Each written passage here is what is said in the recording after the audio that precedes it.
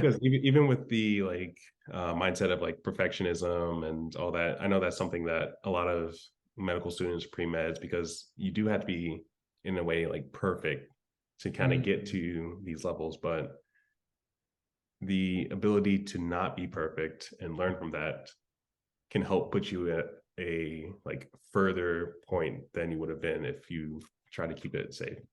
Yeah, So I agree, man. Yeah, and you know, there somebody's always going to take a hit on something at some point during this journey. Like I understand the type A personality and the perfectionism because it's so many of us are like that, but it's toxic, man, because you're like coming from JV and trying to go to the NBA kind of stuff. You know what I mean? It's like you look at just getting into medical school. What is it? 4,000, 5,000 people apply to a school, and then they create a class of 100 out of that. yeah. And then all these brilliant people, it's like it's already a self-selected population, right? So you're expected to have these like high GPA, high MCAT, blah, blah, blah. You're already going to these like challenging majors, taking these challenging classes. So it's filtering heavily, and the pipeline is leaky the whole time. You know, it's like you might have 100 people trying to get into college. Okay, you lost 70 of them right there. 30 of them get to college. Then it's like they try to go into STEM and take all the pre-med prereqs, get into med school. Okay, boof, you lost another 20. Now 10 of them get, apply to med school. Boof, you lost another half. 5 of them make it.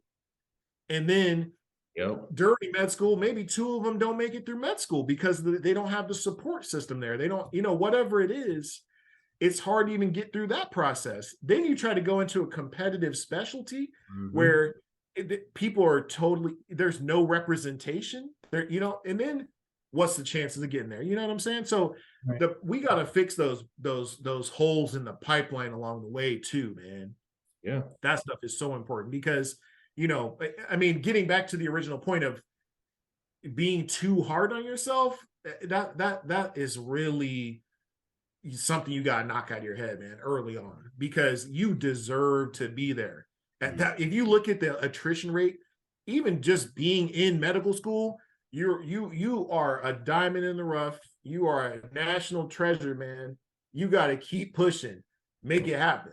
I tell my mentees that stuff all the time. You know how valuable you are, man.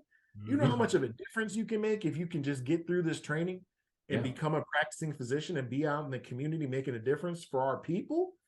Exactly. Trying to reduce the health disparities, increasing the number of representation. I mean, it's so important. But if we let ourselves get into our head and talk ourselves out of something and let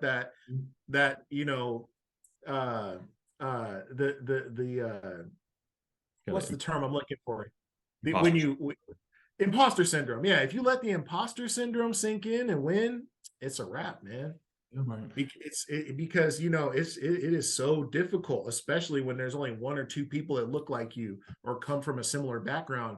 It's a tough enough journey as it is, even if you are from a represented background and you have physicians in your family or whatever. It's not easy to get through med school and get through residency, regardless of how much support you have. Exactly. But then when you start looking at, when you start whittling away at that stuff, the background and the support systems that people have, it gets so much harder, man. So if you're putting in that doubt on top of it and your mind's not right on top of it, it's dang near impossible to make it through, man.